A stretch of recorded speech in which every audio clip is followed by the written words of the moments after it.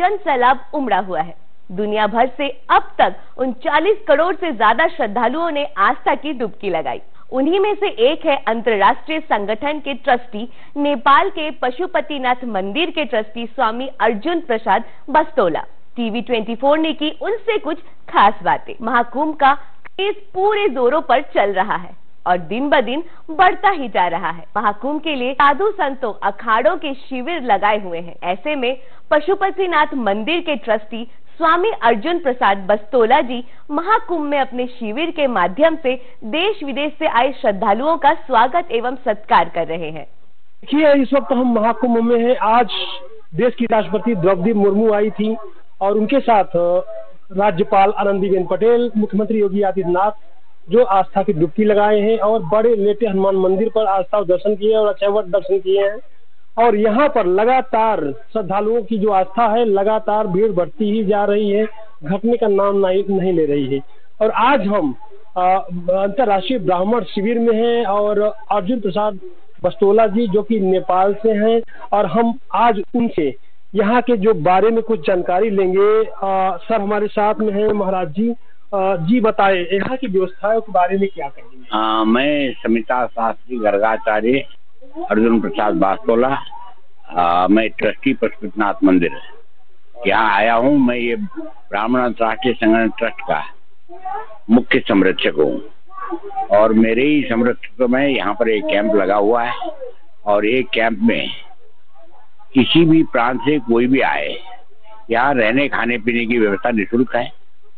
और ये जो एरिया है 24 सेक्टर, ये वीवीआईपी एरिया है। यहाँ से जो मुख्य वीवीआईपी घाट है 5 मिनट के पैदल रास्ते में है। और यहाँ पर जो है आपके माननीय नरेंद्र मोदी जी, माननीय योगी जी, ये सब मेरे से जुड़े हुए हैं। उन्होंने हमको अच्छी जगह व्यवस्था करके दिया है और मेला की व्यवस्था भी अच्छी कर रहे हैं दोनों ही। हाँ, उस पार जो है त्रिवेणी क्षेत्र में थोड़ा भीड़ भाड़ है और ये 24 सेक्टर थोड़ा शांत है। और वैसे यहाँ पर हमारे पास में पोलैंड से, पाकिस्तान से, स्वीडन से, अमेरिका से लोग आ चुके हैं, कई आके वापस हो गए। आज शाम तक जो पोलैंड का सबसे बड़ा मंदिर सेवा धाम, उसके पीठाधीश सुरेंद्र तिवारी पहुंच रहे हैं मेरे पास। उनके साथ 2 लोग और हैं पोलैंड से, क्योंकि अंतर्राष्ट्रीय शिविर बोल तो अंतर्राष्ट्रीय रहेंगे ना, सभी ये रहेंगे। और इस क्षेत्र में सबसे विशेषता ये है कि मैं नेपाल का होने के कारण यहाँ नेपाल का राष्ट्रीय ध्वज भी लगा है, क्योंकि मेरे निवास में भी नेपाल का राष्ट्रीय ध्वज रहता है, क्योंकि मैं समिता शास्त्री और विश्व हिंदू महासंघ का पूर्व विशिष्ट उपाध्यक्ष हूँ।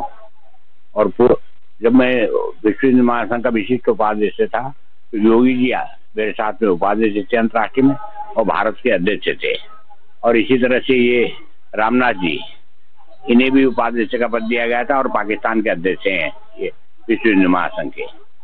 तो इस तरह से ये सनातन ध्वज के लिए एक मुख्य केंद्र है। सभी लोग अंतर्राष्ट्रीय जगत से आ रहे हैं और हमें खुशी की बात है कि यहाँ पर जो इसकी व्यवस्था हमारे मुख्य महासचिव ऋषि शर्मा जी कर रहे हैं और उसके ऊपर में निर्देशन जो है जगत गुरु स्वामी ऋषिपाल आनंद उसकी मुख्य व्यवस्थापक निर्देशन देते हैं। और हम यहाँ पर श्रीमद् भागवत कथा हो गई, नित्य हवन हो रहा है, गुप्त नवरात्र में सतचंडी का पाठ हुआ। जो हमारे सनातन धर्म के जो कर्म हैं सब इसी कैंप में होते हैं। यहाँ पर किसी तरह का खेल तमाशा नहीं दिखाया जाता है। ये जो हमारे धर्म संस्कृति से जुड़े हुए कार्य यहाँ पर होते हैं। आज भी पाकिस्तान से आए हुए कराची पंचमुखी हनुमान पीठाधीश, उनके सुपुत्र कि आज यहाँ पर यज्ञ पवित्र उनको धारण कराया गया। 9 वर्ष के बालक है बटुक। ये ऐसे कर्म यहाँ होते हैं। अभी पिछले हफ्ते भगदड़ हुई, घटनाएं हुई, इस पर जो शंकराचार्य अवमुक्तेश्वरानंद द्वारा योगी जी का जो अभी इस्तीफा मांगा जा रहा था, उस पर सर क्या कहेंगे? ये ऐसा है कि ये गेरुआ वस्त्र पहन के जोगी का भेष धारण करने के बाद में लोग सोचते हैं जो कुछ भी बोल सकते हैं, ये गलत है। एक भगवाधारी दूसरे भगवाधारी का जैसे कि हमेशा विरोधी होता है, इनमें ये समस्या है, ये गलत है, ये नहीं होना चाहिए। इसीलिए जो है एक संत समाज का संगठन है जिसमें आपके राजेश्वरानंद जी छत्तीसगढ़ के अध्यक्ष हैं। ये लोग संतों के बीच में समन्वय करते हैं और उस संस्था ने भी मेरे को अपना संरक्षक मान रखा है। मैं उसमें भी समन्वय की भूमिका निभाता हूँ। और ये कैंप ऐसा है जो भारत और नेपाल दोनों ही सनातनियों की आबादी वाले राष्ट्र हैं। नेपाल जो है करीबन 83% हिंदू है, तो ये भारत और नेपाल के बीच के सेतु के रूप में ये संगठन काम करता है। इसीलिए इस शिविर का नाम रखा गया भारत नेपाल मैत्री शिविर। कल जो है यहाँ पर हमें एक बहुत बड़ा सम्मान, ये 2025 ये महाकुंभ में हमें विश्व शांति के लिए कार्य करने की अभिवारा देकर के ये काशी से कुछ विद्वान लोग आकर के हमें यहाँ सम्मानित किए। यहाँ जो है शंकराचार्य अद्वैतानंद भी उपस्थित रहे उसमें, और यहाँ के जो प्रमुख संत हैं हरि चैतन्य ब्रह्मचारी शेखर माफी वाले वो भी उपस्थित रहे। और यहाँ करीबन 250 दंडी स्वामियों का भोजन दक्षिणा हुआ, 2 बार हुआ। तो ये धार्मिक कार्य के लिए प्रसिद्ध जगह है। और ये जो है ये माँ जानकी और भगवान राम के जो संबंध थे, उस रोटी बेटी के संबंध को ये कैंप निभाता है। इस कैंप की विशेषता यही है।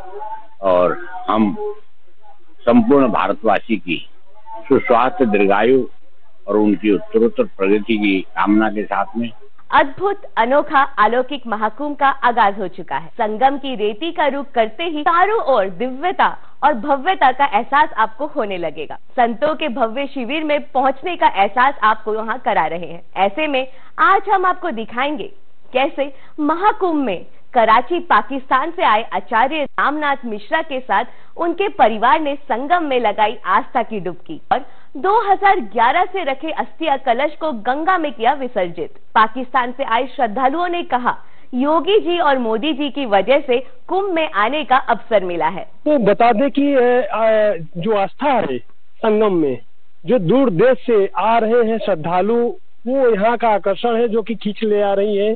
और लगातार यहाँ श्रद्धालुओं का समागम जो है बना हुआ है। और हमारे पीछे आप देख सकते हैं एक परिवार हम दिखाई दे रहा होगा कैमरे में, ये श्रद्धालु पाकिस्तान से आए हैं।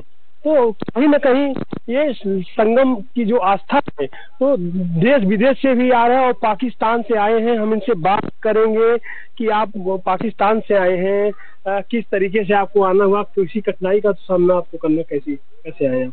400 अस्थियां जो हैं वो हम लेके आए हैं। और ये जो 400 अस्थियां हैं वो 21 तारीख के दिन और 22 तारीख के दिन जो है तो यहाँ पर हरिद्वार में विसर्जन का कार्य किया जाएगा। 2011 में और 2016 में भी हमने अस्थियां कलश की थी, उन अस्थियों को लेके आए हैं। लेकिन उसके साथ साथ हम महाकुंभ में आए कि जो 144 साल बाद लगा हुआ है। हम बेसिकली मिश्रा परिवार से हैं, तो हम लोग जो हैं संगम के ही रहने वाले हैं। हमारे जो पूर्वजन जो हैं वो संगम के ही रहने वाले हैं। हमारे जो पूर्वजन जो पाकिस्तान में रह गए वो 1500 साल से रह रहे थे। पार्टीशन के बाद जो है ना वो यहाँ आए ना हम उधर गए, तो दूरियां रह गई थी। पर हम संगम के रहने वाले हैं, ये हम सबको पता था। और हमारी जो जनेऊ कार्य जो है वो भी इधर ही हुई थी। और मैंने अपने बेटे की जो है जनेऊ पूजा जो है वो भी प्रयागराज में कराई, ब्राह्मण अंतर्राष्ट्रीय संगठन में। और परशुराम भगवान के सन्निधि जो है वो इन्होंने, आज मेरे बच्चे को जो है वो जनेऊ पूजा भी हो गई है। तो ये जनेऊ पूजा भी करवानी थी। और महाकुंभ के कार्य के सभी की आस्था है कि 144 साल बाद जो आइए ये इसके अंदर जो है सभी लोग जो है स्नान करें। तो इसी तरह पाकिस्तान से हम भी आए और हमने भी स्नान किया अपने परिवार सहित। तो ये भाग्य कार्य में रहा कि गंगा जमुना सरस्वती माता जी ने हम सब पर कृपा बनाए रखी, उमापति महादेव जी ने रक्षा कार्य रखी, पंचमुखी हनुमान जी कृपा बनाए रखे हम पर। तो आज हमारा पूरा परिवार ने स्नान भी कर लिया है और बच्चे ने जनेऊ भी पहन ली। हमारा यही प्रार्थना थी कि हम प्रयागराज में जाकर जो है अपने बच्चे की जो है वो जनेऊ पूजा करेंगे। तो आज जो है ये एक संकल्प था वो एक तो पूरा हुआ और इसमें जो है हमें मोदी जी ने की सरकार जो बीजेपी है और योगी जी ने बाबा जी ने हमारा बड़ा साथ दिया। हमें 5 जिलों के जो है उन्होंने दिया वीज़ा के भाई आप इंटरव्यू में जा सकते हैं। तो हम उनका धन्यवाद करते हैं कि जो उन्होंने हमें एक कार्य भी किया और साधुवास रखते हुए उन्होंने हमें वीज़ा दिए। तो हम योगी जी बाबा का जी भी शुक्रिया अदा भी करेंगे, धन्यवाद भी करेंगे और सदा ही ऐसा ही कार्य रखेंगे कि अपने बच्चे को भी इसी तरह बनाएं कि धर्म कार्य में लगा रहे, सनातन धर्म की भगवा ध्वजा जिस तरह से हम लोग लहरा रहे हैं। तो आज हमारा बच्चा ये जो ब्राह्मण समाज है हमारा, तो वो उधर जाकर और आगे बढ़े। एक बात अभी आप बता रहे हैं कि 2011 में आप कलश रखे हुए थे, तब से आज आप लेके आए हैं, क्या बीच में आपका आना नहीं हुआ, क्या अड़चने आई? वीज़ा न मिलने के कारण जो है हमारा बहुत ज़्यादा दिक्कत रही है।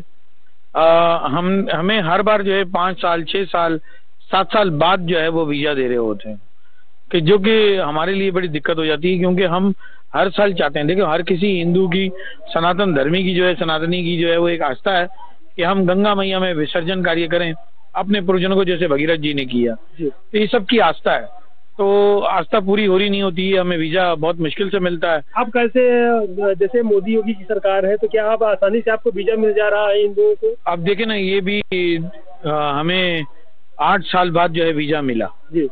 तो इनकी हुकूमत थी, लेकिन हमने जो है मोदी जी को पत्र लिखा, अमित शाह जी को पत्र लिखा और MHA के जो मणिशंकर जी हैं उनको, फॉरेनर्स के उनको लिखा, उसके बाद योगी बाबा जी को भी लिखा।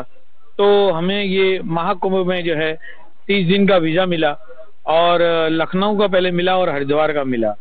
यहाँ आकर हमने इनसे प्रार्थना की कि हमारा एक हमने पत्र भी लिखा कि योगी जी हमें जो है हमने बच्चे की जनेऊ पूजा करनी है। तो उन्होंने ये इजाज़त दिलवाई और फौरी तौर पे हमें बात सुनकर हमारा ये वीज़ा का काम जो फॉर्म जो भरते हैं वो भरवाया और फौरी तौर पे हमें वीज़ा दे दिया। बाकी जो हिंदुओं की दशा है थोड़ा सा बताएं हमारे दर्शकों चैनल के माध्यम से, क्या दशा है वहाँ पे हिंदुओं की? ये तो सभी को पता है कि पाकिस्तान में किस तरह से लोग हमारे रह रहे हैं और सभी लोगों की कोई दिक्कतें तो कुछ लोग मुस्लिम भी अच्छे हैं जिसकी वजह से आज आप हमें भी देख रहे हैं कि बैठे हैं हम।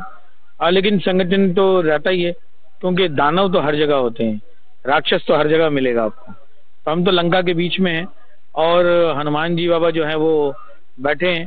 तो प्रार्थना कार्य यही रहती है कि हमारी रक्षा रहे और रक्षा कवच भी बने रहे। लेकिन ये रक्षा कवच जो है स्थिति जो हमारी है खराब, उस खराब स्थिति को जो है योगी जी भी सही कर सकते हैं और मोदी जी भी सही कर सकते हैं, बीजेपी और सभी सनातन धर्मी के जो लोग होते हैं वो सही कर सकते हैं। इसके कारण कार्य ये बताऊंगा कि जो अगर कोई भी दूसरे मजहब से हो, जैसे कि आप ले लें क्रिश्चियन कम्युनिटी का, तो वो अमेरिका या कोई होगा बाहर के जो जितने भी स्विट्जरलैंड हो या दूसरे हों, तो वो उनको सपोर्ट कर रहे होते हैं, इटली ये सब सपोर्ट कर रहे होते हैं कि हमारे लोगों को या चर्च को या किसी चीज़ को या उसके जो लोग होते हैं उनको कोई तकलीफ आ जाए तो वो लोग उनका साथ दे रहे होता है। इसी तरह जो हिंदुस्तान है, तो हिंदुस्तान को भी चाहिए कि जो वहाँ पर जो सनातनी रह रहे हैं उनको कोई दिक्कत हो तो वो तो एक अच्छी बात है कि वो बुला लें कि आप आ सकते हैं, नागरिकता ले सकते हैं।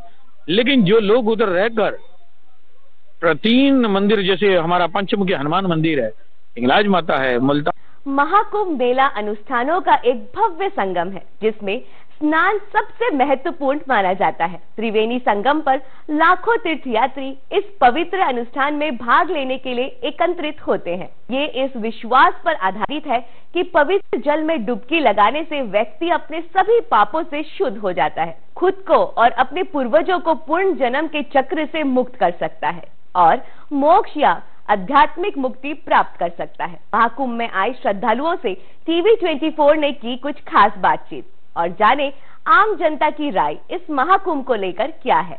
हम लोग पैदल मयूरी ऑटो करके यहाँ तक पहुँचे। ऑटो करके तो पैदल कितनी दूर आप चले? भैया पैदल हमें करीबन 5 किलोमीटर चलना पड़ा अभी। फिर बाइक भी ली हमने एक जगह, फिर ऑटो भी करी, मयूरी करी, बड़ी दिक्कत से हम पहुँच गए यहाँ पर। अभी हमने स्नान लिया है। जी, स्नान हो चुका है। आप आ रही हैं इतनी दूर से पैदल यात्रा करिए, स्नान करिए, अब आपको कैसा महसूस? हाँ, सारी थकान दूर हो गई अब मेरी। जब आए थे तो बहुत थके हुए थे, पर स्नान करने के बाद बहुत अच्छा महसूस हो रहा है। के बारे में आप क्या कहेंगे? अच्छी है व्यवस्था। अब इतने लोग आ रहे हैं तो कहाँ से आप लोग? हम लोग हापुड़ से आए हैं। आप परिचय आपका? मेरा नाम नीलम गुप्ता। देखिए, हापुड़ से आए हैं और महाकुंभ में आस्था की डुबकी लगाए। बताएं, जो रास्ते में हम लोग की थकावट थी स्नान करने के बाद जो दूर हो चुकी है। TV24 से विनय मिश्रा, प्रयागराज। आप अभी महाकुंभ में आए हैं, कहाँ से आप? हम दिल्ली द्वारका मोड़ से आए हैं जी। ऋषि जी को हमने फोन करके अपनी सीट बुक कराई थी यहाँ पे जी। मेरे जिया जी जो है वो कल ही यहाँ से गए थे, जो बॉम्बे से आए थे। उन्होंने बोला बहुत अच्छी जगह पे है, बहुत बढ़िया जगह स्थित है। इनका जो आश्रम की तरफ से पूरा बहुत बढ़िया अरेंजमेंट किया हुआ है और तीनों टाइम का भोजन वगैरह सब बढ़िया है। और 10 किलोमीटर जो हम पैदल चल के आए आज प्रयागराज स्टेशन, हमारे को पहले कहीं और उतार दिया गया था ट्रेन ने। फिर वहाँ से हम दूसरी ट्रेन पकड़ के प्रयागराज आए और वहाँ से फिर हम यहाँ 10 किलोमीटर पैदल चल के आए, कभी गाड़ी से आए। सारी थकावट यहाँ भोजन करके पहले दूर हुई, फिर स्नान करके तो डबल मजा आ गया। और बहुत अच्छे से आपसे बात कर रहे हैं। और कैसे लग रहा थकावट आपको? एकदम रौनक बढ़िया हो गई। और बाकी महाराज जी का आशीर्वाद है सब। मेरा नाम दीपक राज पुरोहित है। तो देखिए, सारी थकावट जो भक्तगण हैं बता रहे हैं, श्रद्धालु हैं, यहाँ इतना बढ़िया संगम समागम है और यहाँ पर स्नान करने के बाद सारी थकावट दूर हो जाती है। TV24 से विनय मिश्रा, प्रयागराज। हर 12 सालों में एक बार में आयोजित होने वाला ये आयोजन न केवल धार्मिक बल्कि सांस्कृतिक और सामाजिक संगम का पर्व भी है। अब भी श्रद्धालुओं की भीड़ प्रयागराज की ओर बढ़ते जा रही है। 26 फरवरी को महाशिवरात्रि पर अंतिम स्नान पर्व के साथ समापन होगा। हमारी स्पेशल रिपोर्ट महाकुंभ पे बस इतना ही। बाकी देश और दुनिया की खबरों के लिए देखते रहिए TV24। तब तक के लिए नमस्कार।